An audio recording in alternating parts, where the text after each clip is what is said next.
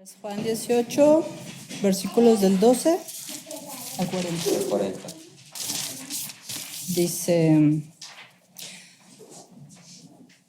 entonces la compañía de soldados, el tribuno y los alguaciles de los judíos prendieron a Jesús y le ataron, y le llevaron primeramente a Anás, porque era suegro de Caifás, que era sumo sacerdote aquel año. Era Caifás el que había dado el consejo a los judíos de que convenía que un solo hombre muriera por el pueblo. Y seguían a Jesús Simón Pedro y otros discípulos, y este discípulo era conocido del sumo sacerdote, y entró con Jesús al patio del sumo sacerdote.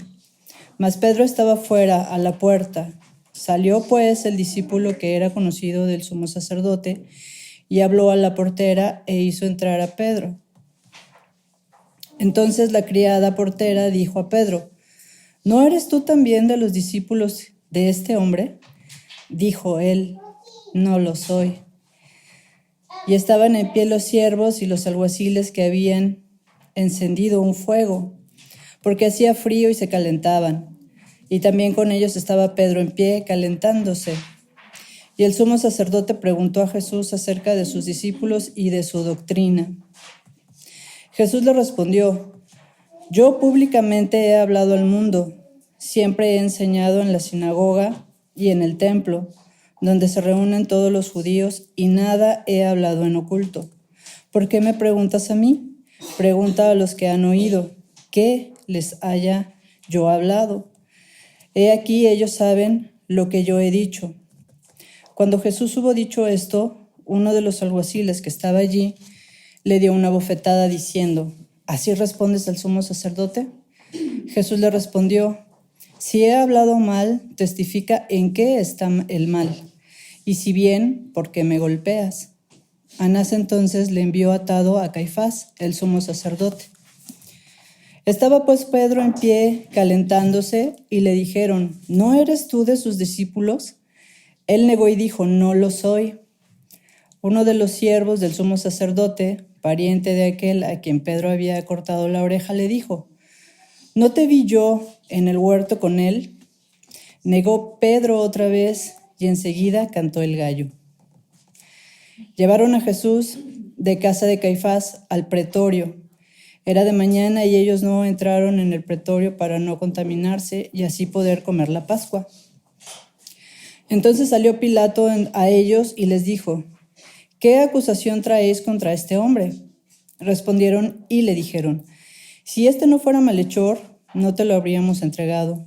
Entonces les dijo Pilato: tomadle vosotros y juzgadle según vuestra ley. Y los judíos le dijeron: a nosotros no nos está permitido darle muerte a nadie, para que se cumpliese la palabra que Jesús había dicho, dando a entender de qué muerte iba a morir. Entonces Pilato volvió a entrar en el pretorio y llamó a Jesús y le dijo: ¿eres tú el rey de los judíos? Jesús le respondió: ¿dices tú esto por ti mismo o te lo han dicho otros de mí? Pilato le respondió: ¿soy yo acaso judío? Tu nación y los principales sacerdotes te han entregado a mí. ¿Qué has hecho? Respondiendo Jesús: mi reino no es de este mundo. Si mi reino fuera de este mundo, mis servidores pelearían para que yo no fuera entregado a los judíos. Pero mi reino no es de aquí. Le dijo entonces Pilato: luego, ¿eres tú rey? Respondió Jesús: tú dices que yo soy rey. Yo para esto he nacido y para esto he venido al mundo, para dar testimonio a la verdad. Todo aquel que es de la verdad, oye mi voz. Le dijo Pilato: ¿qué es la verdad? Y cuando hubo dicho esto, salió otra vez a los judíos y les dijo: yo no hallo en él ningún delito. Pero vosotros tenéis la costumbre de que os suelte uno en la Pascua. ¿Queréis pues que os suelte al rey de los judíos? Entonces todos dieron voces de nuevo diciendo: no a este, sino a Barrabás. Y Barrabás era ladrón. Gracias. ¿Sí me acompañan a orar?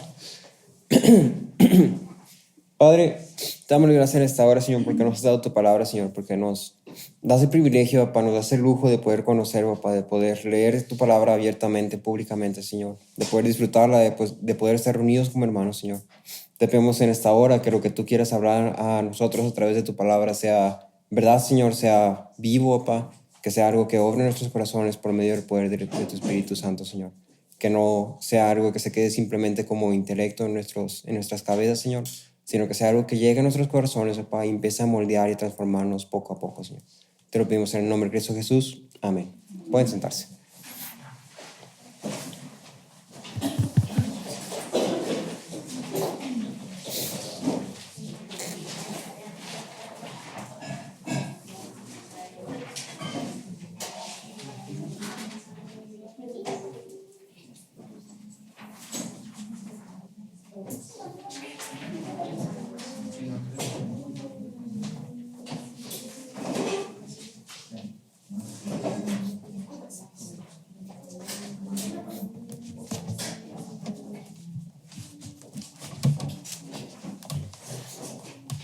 My goodness gracious. Muchas gracias.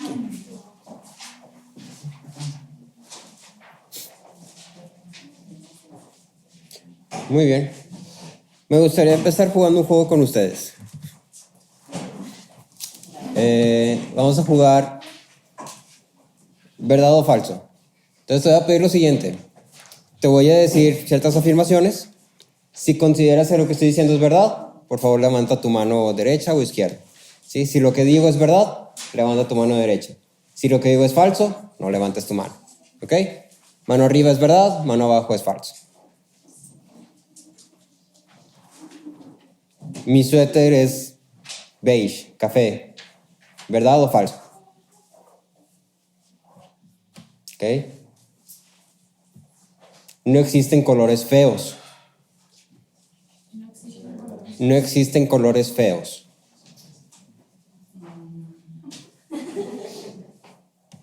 ¿Ok? La ropa no tiene género. La ropa no tiene género.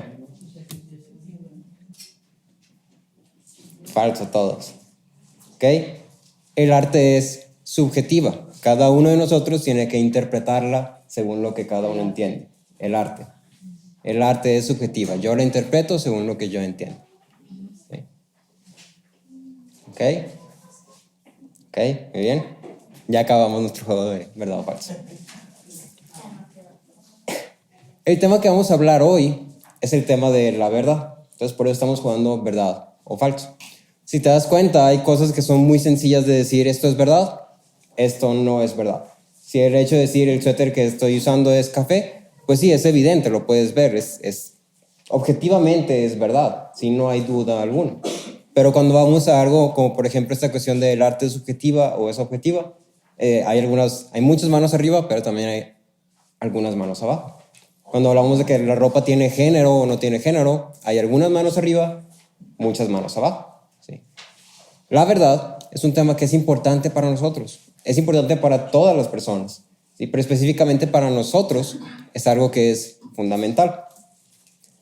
La pregunta que Pilato hace a Jesús en esta narrativa, si te vas allá al versículo 38, Pilato le pregunta a Jesús, ¿qué es la verdad? Esta es una pregunta que hace eco y resuena todavía en nuestra cultura hoy en día. Estoy hablando que han pasado miles y miles de años y esta pregunta sigue siendo una pregunta que está ahí, presente, sin responderse para el mundo. ¿Sí? El mundo sigue preguntando, ¿qué es la verdad? Ante diferentes temas, la verdad que el mundo ha ido cambiando con el tiempo. Hubo un tiempo donde la verdad era que tener esclavos era normal y era correcto. Esa era la verdad. Tener esclavos es lo habitual. En los tiempos bíblicos tú puedes ver que el hecho de que un hombre tuviera esclavos era normal. Eso era la verdad según el mundo. Hubo un tiempo donde era verdad que las mujeres no debían votar. Existió ese tiempo y en ese entonces eso era verdad. ¿Las mujeres votan? No, porque es incorrecto que voten. Esa era la verdad. Hubo un tiempo donde era verdad que las personas de color eran discriminadas, ¿sí? Porque eran menos que las personas blancas. Esa era la verdad en ese tiempo. La verdad ha ido cambiando con el tiempo. La verdad que el mundo ofrece ha ido cambiando con el tiempo. Y esto lo puedes ver en diferentes ámbitos, en diferentes temas. ¿Sí? Hoy en día, Las verdades que el mundo ofrece han cambiado y siguen cambiando conforme el tiempo avanza. Si algo podemos aprender de ello es que la verdad que el mundo ofrece parece ser una verdad moldeable. ¿Sí? La vas moldeando conforme va avanzando el tiempo, la vas moldeando conforme va avanzando la cultura, conforme te va apareciendo, conforme el mundo va diciendo, esto sí, esto no. Es una verdad moldeable, es una verdad de plastilina. ¿Sí? Y sobre todo hay una cuestión preocupante en esto. Tú y yo, muy probablemente, hemos estado influenciados por la verdad que el mundo ofrece, por esta verdad plástica del mundo. Si tú y yo, muy probablemente, hay ciertas cosas, ciertos temas que escuchamos como el mundo los trata y decimos, eso tiene sentido. Sí, eso es verdad, eso me parece razonable, eso es un buen punto. ¿Sí? Eso es verdad. ¿Sí? Y puedes verlo con esta como analogía. Si eres un navegante y estás en el océano, por más que te quedes en tu barco, tarde o temprano te vas a mojar. ¿Sí? Porque estás en medio del océano, tarde o temprano te vas a mojar. ¿Sí? Ahora nosotros somos como esos navegantes en el barco. Tarde o temprano nos vamos a mojar. Cualquiera que esté en el océano se va a mojar. Cualquiera que esté en el mundo se va a ver influenciado por la verdad que está a su alrededor. A lo largo del libro de Juan, el tema de la verdad ha sido algo central. ¿Sí? Ha sido algo pivotal. ¿Sí? Jesús mismo dice, yo he venido a a conocer la verdad al mundo. El tema de la verdad es algo fundamental para Juan. ¿Sí? Jesús constantemente afirmaba que él venía a hablar la verdad de Dios al mundo y continuamente se repite la idea de la verdad, practicar la verdad, andar en verdad, adorar en verdad. Para Juan y para nosotros, la verdad es fundamental. ¿Sí? La verdad es algo fundamental. ¿Sí? Es lo que establece el fundamento de lo que creemos, lo que vivimos, lo que pensamos, lo que hacemos, cómo actuamos. Lo que nos caracteriza es la verdad sobre la cual nos fundamentamos. Entonces, en esta narrativa que tenemos de Juan, tengo una porción bastante amplia y vamos a ir hablando de esta narrativa. Te voy a pedir que uses tu imaginación, como dice el pastor Aaron. Usa tu imaginación, ¿sí? Y más o menos, espero que lo hayas leído varias veces, pero si no lo han leído varias veces, te lo resumo. Básicamente llegan por Jesús, lo arrestan y luego lo llevan primero con el sumo sacerdote honorífico que se llama Anás. Ahí hacen ciertas cosas y luego lo llevan con el sumo sacerdote oficial que se llama Caifás. Lo interrogan, ¿sí? Después se lo llevan a Pilato, que era básicamente el gobernador de ese lugar. Pilato otra vez lo interroga y lo dan un veredicto. Esa es como la escena en particular. Pero hasta este punto tú y yo ya sabemos que los judíos no aceptan a Jesús. Los judíos rechazan a Jesús. Los judíos aborrecen a Jesús, ¿sí? Lo repudian. Hasta este punto tú y yo sabemos que este es un tema judío Jesús. ¿Sí? Roma como tal, Roma como imperio no se ha metido en esto, no se ha metido en medio de esto. Pilato es la primera persona que tú y yo podemos ver que está hablando como ya en un puesto político romano. ¿Sí? Y entonces Pilato funciona como este personaje que está representando a Roma. Es como el representante de Roma. Y la historia básicamente va así. Toman a Jesús, lo llevan con Anás, lo llevan con Caifás, lo interrogan, lo llevan con Pilato, lo interrogan, intentan encontrar una razón por la cual puede ser calificado como culpable. No lo encuentran y aún así lo tachan como culpable. Lo tachan como peor que un ladrón. ¿Sí? Y entonces te pido que mientras estemos hablando de esto vayas usando tu imaginación, vayas viendo cómo está este escenario, más o menos, cómo se desarrolla en tu mente. ¿Sí? Entonces, en esta narrativa de Juan podemos ver esta idea de la verdad modelada en 4 personas. ¿Sí? Hay 4 grupos de personas o 4 personas que no están modelando verdades, ¿sí? Verdades distintas cada uno de ellos. Nos encontramos con esas 4 personas que no están demostrando lo que ellos consideran verdad con sus actitudes, con sus acciones, con sus decisiones. La verdad sobre la que ellos están fundamentados la puedes ver en cómo están viviendo. La idea de esto es que nosotros podamos ver cada uno de lo que estos hombres consideran verdad y digamos, yo me asemejo a este, yo me asemejo a aquel. pero también que tú y yo podamos ver lo que realmente es verdad, ¿sí? La verdad verdadera, ¿sí? Entonces vamos a hablar de cada uno de estos grupos y te digo quiénes son. Vamos a hablar de los judíos. En este caso particularmente estamos haciendo énfasis en Anás y Caifás. Vamos a hablar de Pilato, vamos a hablar de Pedro y vamos a hablar por último de Jesús, ¿sí? Y estas 4 personas modelan diferentes verdades, ¿sí? Cada uno modela diferentes verdades, ¿sí? Entonces empezando por Anás y Caifás. A lo largo de todo el libro de Juan, los judíos han sido los antagonistas de la historia, ¿sí? A lo largo del libro de Juan, los judíos son los que son oposición a Cristo, ¿sí? Los judíos siempre han visto a Cristo y han dicho, este hombre de aquí va a causar problemas, ¿sí? Va a causar una revolución, es un anarquista, ¿sí? Este hombre de aquí hay que deshacernos de él. Ese era el pensamiento judío. Cuando llegamos al capítulo 18, vemos esta oposición que pasa de ser una oposición meramente en actitud, es decir, en ese hombre no me cae muy bien, a ser una oposición activa. Vamos a deshacernos de este hombre. En esta narrativa, Jesús es arrestado en nombre de los judíos y seguido de este arresto vemos una serie de cosas cuestionables. Por lo menos podemos clasificarlas como cuestionables.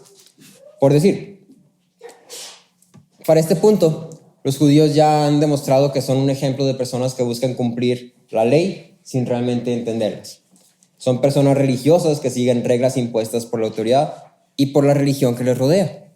Los judíos no tienen voz, ni conciencia, ni mente propia, simplemente es yo sigo lo que dice la ley y se acabó.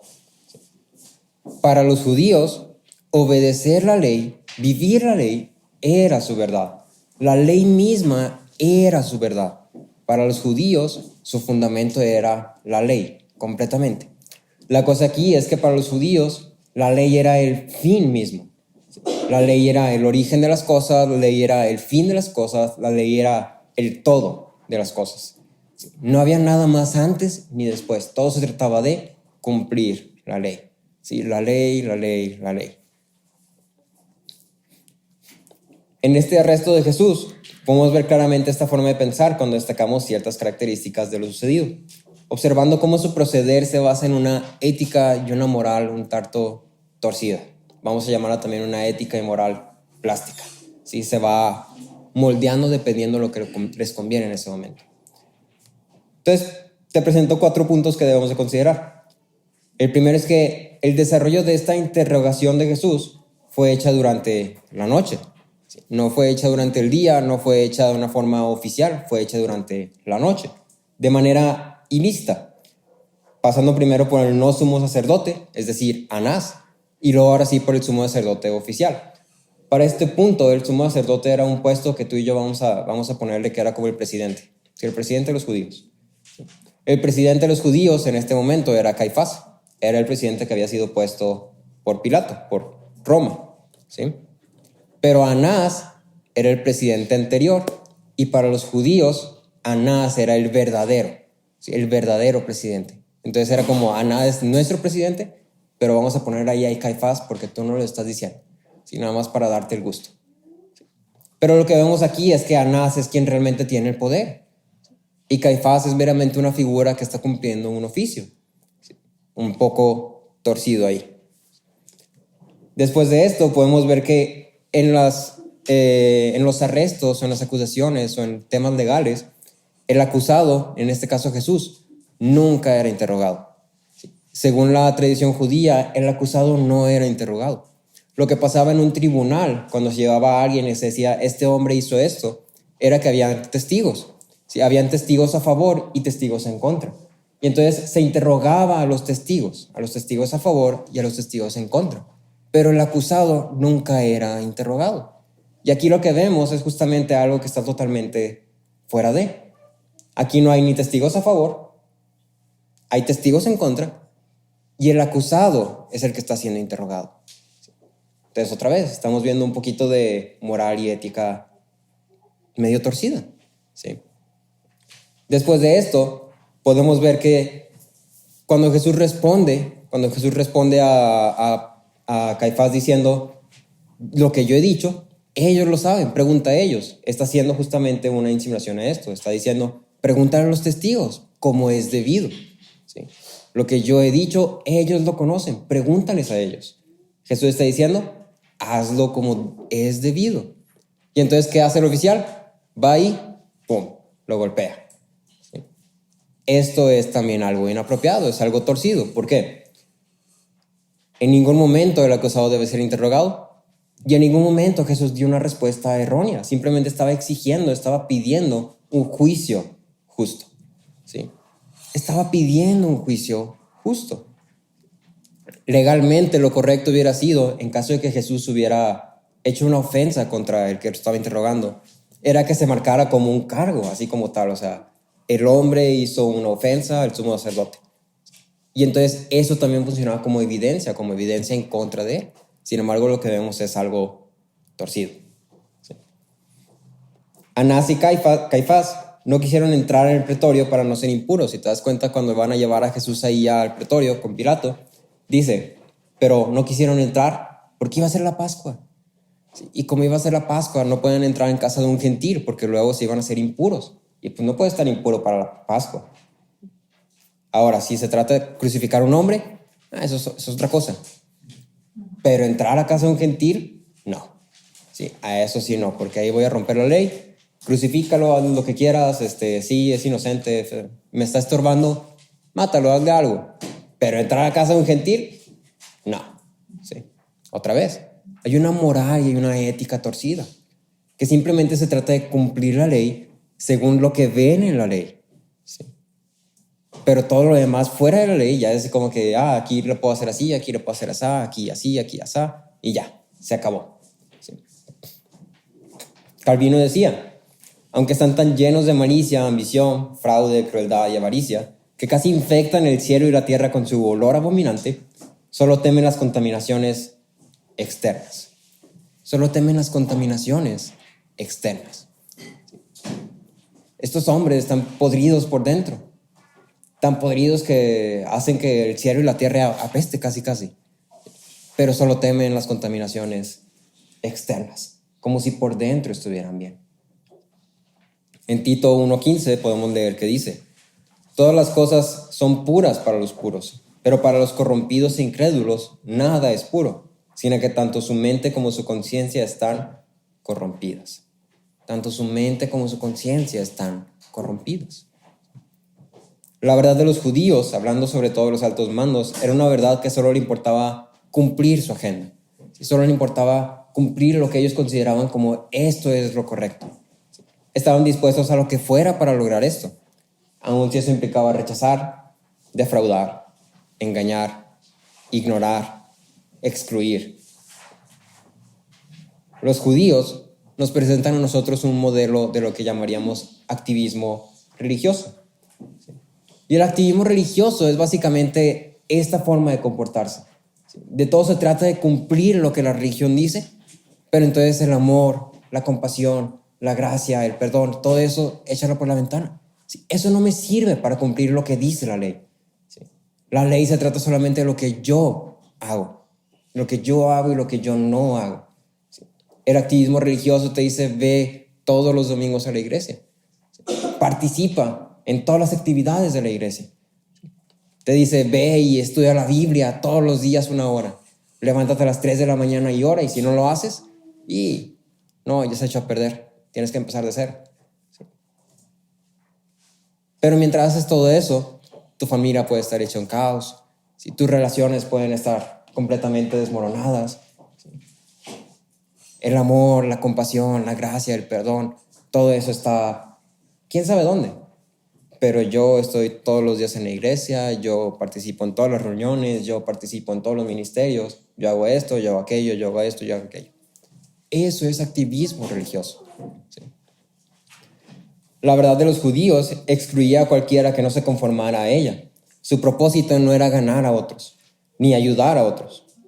Era una verdad centrada en ellos mismos, para ellos mismos.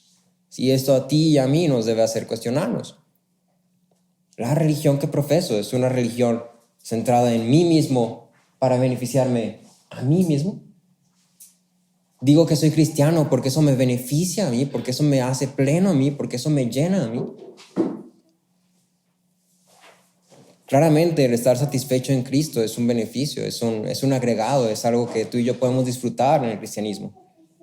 Pero el cristianismo no se trata de mí, ¿sí? No se trata de lo que yo obtengo, ¿sí? No se trata de eso. Después de esto vamos a ver la verdad de Pilato. Ahora Pilato tiene una verdad que vamos a llamar una verdad relativa. Pilato es un personaje muy interesante. En ningún momento Pilato se presenta como a favor ni en contra, ni de los judíos ni de Jesús. Si quisiéramos decir, Pilato está en un punto neutro. ¿Sí? Pilato no tiene equipo, no está del lado de nadie. Para Pilato, lo más importante era mantener el status quo. ¿Sí? Para Pilato, lo más importante era evitar problemas, evitar que hubiera conflictos, evitar que hubiera revoltijos. Él quería que todas las cosas funcionaran correctamente, que nada se saliera del control y que sobre todo nadie lo pudiera incriminar ni culpar de que hizo algo malo. Recuerda que en este caso estaba el César y entonces el César mandaba así como representantes, ¿no? Entonces Pilato era uno de ellos. Si Pilato, en donde estaba él gobernando, había algún problema, algún conflicto, la responsabilidad iba a caer sobre él. Eso a Pilato no le conviene. Entonces Pilato tiene una verdad relativa. Constantemente en esta narrativa vemos que Pilato consideraba a Jesús como inocente. ¿Sí? Muchas veces vamos a ver repetida esta idea de yo no encuentro nada por qué incriminarlo. ¿Sí? Yo no encuentro nada de qué culparlo. Este hombre no ha hecho nada malo. ¿Para qué me lo das? Él no ha hecho nada malo. ¿Sí? Y a pesar de esto, al final vemos que Pilato lo envía a su muerte. ¿Sí? Al final, lo que para Pilato era verdad no era lo más conveniente. Lo que para Pilato era verdad, es decir, este hombre es inocente, no era lo más conveniente. Lo que era más conveniente para él era simplemente aceptar la verdad de los demás.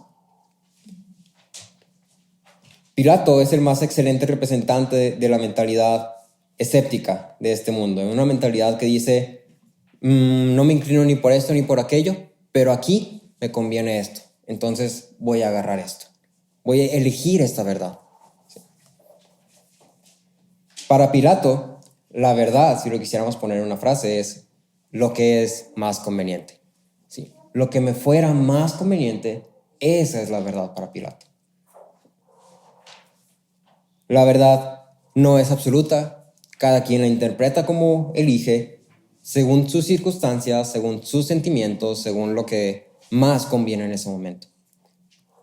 Y más allá de eso, Pilato está modelando a alguien que es incapaz de elegir por sí mismo. A alguien que simplemente siga la corriente y se deja llevar por lo que dice. Tú y yo, tristemente, muchas veces somos como Pilato. Tú y yo, muchas veces, simplemente estamos siguiendo la corriente. Y estamos siguiendo la corriente del mundo sin tener un conocimiento del por qué, del cómo, de dónde, de cuándo. Simplemente decimos, lo que esta persona está diciendo tiene sentido, se escucha bien, todos están sonriendo, yo también lo voy a adoptar. ¿Sí? Yo también voy a decir, pues si él dice que es verdad y él también, yo también. Porque luego si digo que no es verdad, va a haber problemas. Y a mí, como Pilato, lo que más me importa es mantener el status quo. Es que no haya problemas, es que no haya conflictos, es que no haya confrontaciones. ¿Y entonces qué hago? No tengo una verdad, simplemente agarro la verdad que más me conviene en el momento. Si aquí todos dicen que la ropa no tiene género, entonces yo aquí digo que la ropa no tiene género. Si aquí todos dicen que la ropa tiene género, entonces yo aquí también digo que la ropa tiene género. Si ahí dicen que el arte es subjetiva, yo digo también que el arte es subjetiva. Si ahí dicen que el arte es objetiva, yo también digo que el arte. Yo también creo eso. Yo también pienso eso. El lema para Pilato sería algo entre líneas de cada quien su verdad y donde haya conflicto, escogemos lo que más convenga. Cada quien lo suyo y donde haya conflicto, escogemos lo que más convenga, ¿sí? Para evitar conflicto. Alan Culpeper hacía mención, decía, Pilato representa la futilidad de un intento de un acuerdo. El lector que intenta retardar o escapar por la puerta de la indecisión encontrará a Pilato como su compañero en ese camino. El hecho de que tú y yo no tomemos una decisión nos hace como Pilatos. El hecho de que tú y yo no escojamos, no digamos, esta es la verdad, y entonces nos quedemos en esa verdad, nos hace como Pilato. No estoy eligiendo nada. El mundo, lo que me rodea, está eligiendo por mí. Al final, la indecisión de Pilato lo llevó a estar en el lado incorrecto de la historia. Y esto no es una coincidencia. La indecisión de Pilato lo llevó a estar en el lado incorrecto de la historia. Después tenemos a Pedro y su verdad velada. A lo largo de esta narrativa vemos entrelazada la historia de Pedro rechazando a Jesús 3 veces, como ya se había dicho previamente. Jesús había dicho a Pedro, tú me vas a rechazar 3 veces antes de que cante el gallo. Ahora, algo muy interesante de esto es que, si te das cuenta, la historia de Pedro, la narrativa de cómo Pedro rechaza a Jesús, no está como en secuencia, sino que está entrelazada. Está Jesús siendo interrogado, Pedro. Jesús siendo interrogado, Pedro. Sí, Jesús siendo interrogado, Pedro. Está como entrelazado. Y el propósito de esto es que veamos el contraste que hay. Entonces vamos a ver el contraste que hay. La pregunta para los 2 hombres, para Jesús y para Pedro, fue exactamente la misma. ¿Quién eres? A Pedro le preguntan, tú eres discípulo de este hombre, ¿verdad? ¿Quién eres? A Jesús le preguntan, ¿quién eres? Eres un rey, ¿no? ¿Quién eres? La pregunta para los 2 hombres es la misma. La situación para los 2 hombres es bastante diferente. Jesús estaba arrestado, ¿sí? Estaba ante Pilato, estaba con toda la presión, con todas las de perder. Pedro estaba calentándose. Oh, es que hace frío, es de noche, hace frío. Dejé la chamarra porque me salí bien rápido. Sí, y no, mira, aquí está calientito, ya pusieron más carbón. Echaron una canita asada y de volado. La situación era bastante diferente para los 2. Y sin embargo vemos a un hombre que se mantuvo firme en la verdad. Y vemos a un hombre que fíjate esto también. ¿Quién le preguntó a Jesús? Pilato, el gobernador, el que tenía autoridad para hacerlo inocente o para matarlo. ¿Quién le preguntó a Pedro? Una criada. Una criada. Y las respuestas fueron bastante diferentes. ¿Cuántas veces negó Jesús? Ninguna. ¿Cuántas veces negó Pedro? 3. Sí. Calvino decía, una falsa apariencia de peligro a un distante hizo temblar a Pedro. La voz suave de una criada lo hizo temblar. Entonces, no soy. Quieto.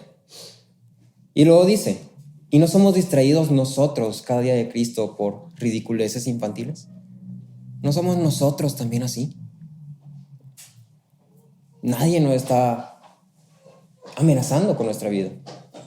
Nadie está poniendo nuestra vida en juego y sin embargo llega la persona que tú sabes que a lo mejor se va a reír de ti porque eres cristiano o va a empezar a decirte cosas o que sea de broma porque eres cristiano y o sea, sí soy, pero poquito nomás. Es como que es como una filosofía. Es que viven bien. Es que los domingos dan de comer. Nomás por eso. Si no, nada. Sí. Tú y yo muy fácilmente podemos ser como Pedro. En este punto de la vida de Pedro, tú y yo muy fácilmente podemos ser como Pedro. Y creo que esto especialmente aplica para todos, pero especialmente para los que están en ámbitos de trabajo que trabajan con personas que son del mundo, para estudiantes, para universitarios, ¿sí? Para personas que viajan mucho, que están constantemente rodeados de personas que no son cristianas, ¿sí? O que son cristianas. Y entonces llega alguien y te pregunta, ¿tú eres o no eres? Y entonces tu respuesta, por la presión, por el miedo, por la ansiedad, por lo que tú quieras, es pero no afirmas ni niegas. No afirmas ni niegas, simplemente dices, porque te da miedo afirmar. Te da vergüenza afirmar. Para Pedro, su verdad era una verdad velada. Una verdad que solamente cuando estaba en un punto donde era seguro, sí soy cristiano. Pero en el momento que estaba en riesgo, que estaba amenazado, que sentía con miedo, tápala, que nadie vea que soy cristiano. Y que nadie se dé cuenta, yo soy uno de ustedes. ¿sí? Uno más del montón. Entonces la pregunta para ti y para mí es, ¿qué dicen nuestras acciones de nosotros? ¿Estamos bien, también calentándonos con los impíos mientras el evangelio existe, como si no tuviéramos relación con él? ¿Estamos contentos con eso? Con el simple hecho de, pues sí, el evangelio allá, pero yo ahorita estoy en modo trabajo, modo ingeniero. Si el modo ingeniero no es modo cristiano, entonces separa. El modo cristiano, vélalo. Modo trabajo es, tengo que hacer trance con las facturas. Vela lo cristiano. Ahorita no cuenta eso. A modo estudiante. No, es que en modo estudiante no puedo ser cristiano porque mis amigos luego no me van a invitar a las pijamadas. Entonces, vélalo. No aplica. Pedro nos muestra un modelo de alguien que es cristiano en la iglesia, mundano en el mundo. Cristiano en la iglesia, mundano en el mundo. Aquí en la Vice, sí soy. Pero ya cuando estoy afuera de la Vice, no soy. La verdad es que no existe la fe enmascarada. ¿Sí? No existe la fe enmascarada. No existe el cristiano que pasa desapercibido. Juan mismo lo dice. La luz y las tinieblas no tienen relación. No tienen nada en común. No puedes decir soy luz y soy tinieblas. O eres uno o eres otro. En Marcos 8:38 leemos que dice: porque cualquiera que se avergüence de mí y de mis palabras, en esta generación adúltera y pecadora, el Hijo del Hombre también se avergonzará de él cuando venga en la gloria de su Padre con los santos ángeles. ¿Sí? Y entonces aquí ya pasa una cuestión. ¿Prefieres que te juzgue el mundo o el Dios que te creó? ¿Sí? ¿Prefieres que te juzgue el mundo o el Dios que te creó? Por último, tenemos la verdad de Jesús. Y la verdad que Jesús vive es resumida en el versículo 37, donde dice: para esto yo he nacido, para esto he venido al mundo, para dar testimonio de la verdad. Todo el que es de la verdad escucha mi voz. A lo largo de todo Juan hemos visto la idea de que Jesús viene a dar a conocer a Dios. Para Jesús, Dios es la verdad. Dios es la verdad misma. Se trata de Dios, se origina en Dios. Jesús demuestra a lo largo de todo el Evangelio de Juan que la verdad no se trataba de una perspectiva, no se trataba de hechos frente a él. La verdad se trata de quién es Dios. La verdad se trata de qué ha dicho Dios, qué ha hecho Dios. Para Jesús, la verdad es Dios mismo. Y entonces llegamos a la pregunta del millón: ¿qué es la verdad? Todo lo que Jesús hablaba era verdad, porque todo lo que Jesús hablaba venía de Dios mismo. En Juan podemos ver que dice que lo que yo les digo, no se los digo de mi propia cuenta, sino de aquel que me envió. Lo que yo les digo es algo que viene de Dios. En cambio, lo que los hombres dicen, lo que el mundo dice, sale de ellos mismos. Sale de sus propias conclusiones, sale de sus propias teorías, sale de sus propias ideas. Es por ello que cada hombre tiene su propia verdad. Stephen Lawson decía: la verdad es la autorrevelación de Dios mismo. Es lo que es porque Dios la declara y la hace así. Toda la verdad debe ser definida en términos de Dios, cuya naturaleza misma es verdad. En palabras simples, todo lo que viene de Dios es la verdad. Lo que no viene de Dios es mentira. Para que algo sea verdad, tiene que venir de Dios. Si algo no viene de Dios, no es verdad. Todo lo que viene de Dios es verdad. Todo lo que no viene de Dios no es verdad.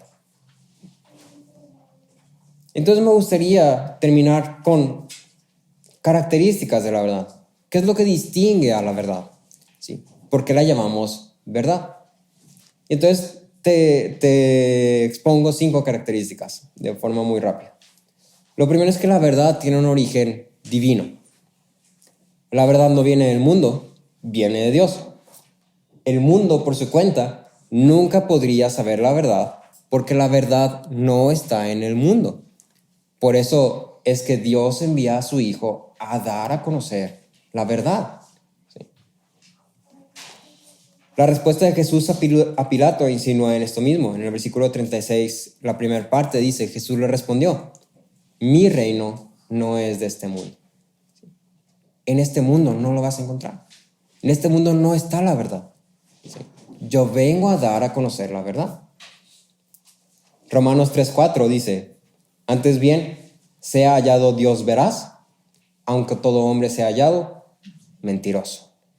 Sea hallado Dios veraz, aunque todo hombre sea hallado mentiroso. Segundo punto, segunda característica, la verdad es absoluta. Todo lo que es verdad, es verdad. Todo lo que no es verdad, es mentira. Todo lo que no viene de Dios, no es verdad.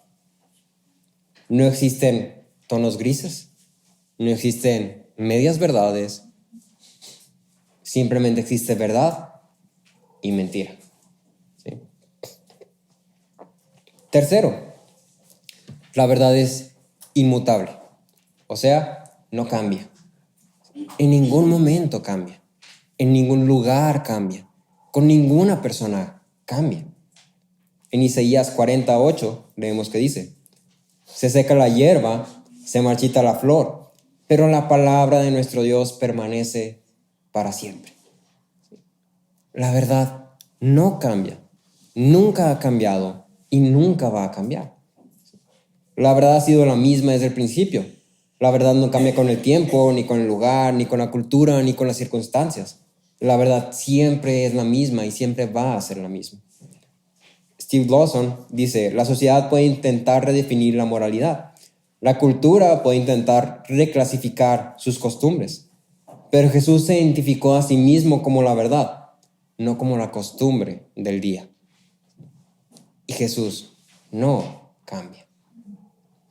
Cuarto, la verdad es singular. La verdad es singular, es decir, una sola. Hay una sola verdad. Nunca ha aceptado agregados ni modificaciones. La verdad presenta un origen del universo, un problema de la humanidad, un camino para salvación, un estándar de santidad, un diseño para el hombre, un solo Dios verdadero. James Montgomery Boyce decía, no hay fase de la verdad que no esté relacionada con cualquier otra fase de la verdad. Todas las cosas que son verdaderas son parte de la verdad y están relacionadas apropiadamente con Dios, que es Él mismo la verdad. Todo lo que es verdad está relacionado con Dios, porque Dios es verdad. Y la verdad es una sola. No puedo yo tener mi verdad y tú tener tu verdad. No puedo yo decir, es esto, y que tú digas, es aquello, y decir los dos estamos bien. Eso no es verdad, porque verdad hay una sola. Y quinto, la verdad es autoritativa. La verdad habla con autoridad suprema de Dios mismo. Siempre nos exige y nunca nos ofrece sugerencias. Nunca presenta una opción más a considerar. La verdad exige una respuesta.